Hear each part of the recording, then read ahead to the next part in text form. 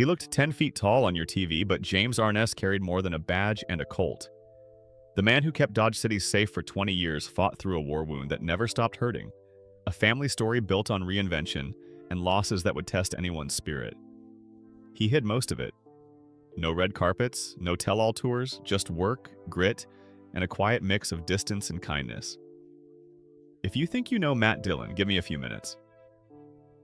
Before the star on his chest, there was the bronze star on his uniform. In 1944 at Anzio, because he stood 6'7", Arness was ordered off the boat first to test the water depth. 10 days later, machine gun fire tore into his right leg. He crawled through a vineyard as a grenade went off nearby and somehow lived. He got the Purple Heart and carried on. On screen, you saw a steady walk. Off screen, every step had a cost he rarely talked about. Back home, healing was slow. His brother Peter, later known as Peter Graves, nudged him toward radio at the University of Minnesota. The voice fit. Hollywood followed, $25 a day as an extra, night classes at the Bliss Hayden Theater, and then an agent. The Farmer's Daughter gave him an early break. The studio shortened Arness to Arness and darkened his blonde hair. He didn't chase fame. He kept showing up, and the doors kept opening. Then, John Wayne stepped in. They made Big Jim McLean, Hondo, Island in the Sky, and The Sea Chase. Wayne saw more than height. He saw control and calm. When CBS offered Gunsmoke, Arness hesitated. TV felt small next to movies. Wayne told him to take the badge, then personally introduced him on air before the 1955 premiere.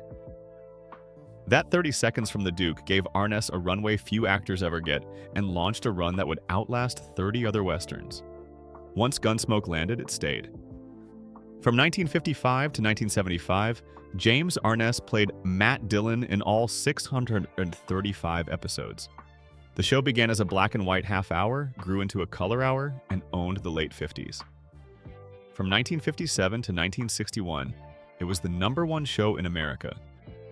In 1967, CBS tried to cancel it. Viewers roared, and the network reversed course. Gilligan's Island paid the price. Week after week, Arness became the TV version of Frontier Law. Steady, fair, and unshakable. Success gave him a seat at the table.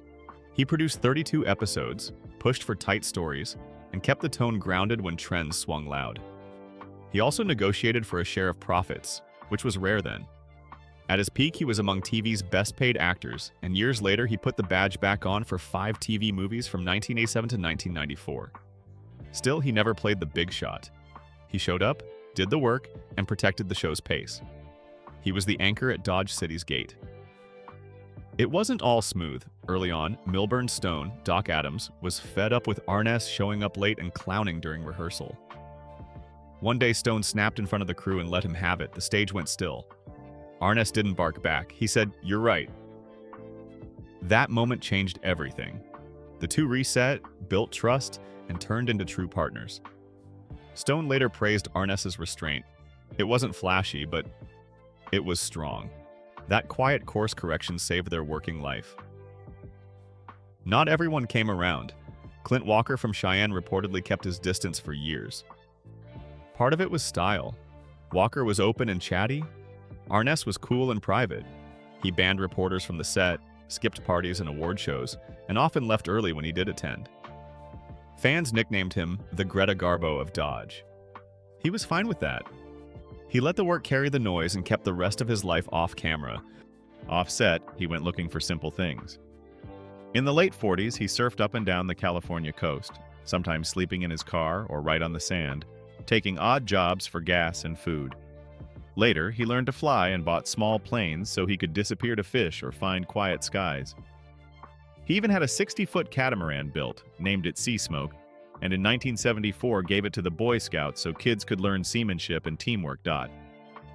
His family story holds the deepest aches. His daughter Jenny, born in 1950, died by suicide in May 1975 at age 24. 2 years later, his ex-wife Virginia Chapman died from an overdose that was ruled accidental. His older son Craig built a strong career in photography and co-founded the Westlight Agency, but health issues followed him for years. He died in 2004. Loss kept finding James Arness. and he carried it the same way he carried his war wound, quietly. According to later accounts, the summer of 1975 pushed him to the edge.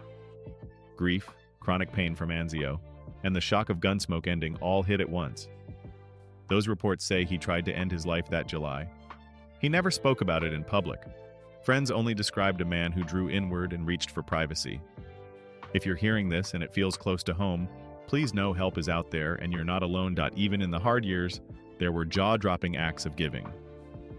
In 1968, he gave a 1,400-acre ranch in Simi Valley, with buildings and animals, to the Brandeis Bardeen Institute next door because he loved seeing kids at the camp.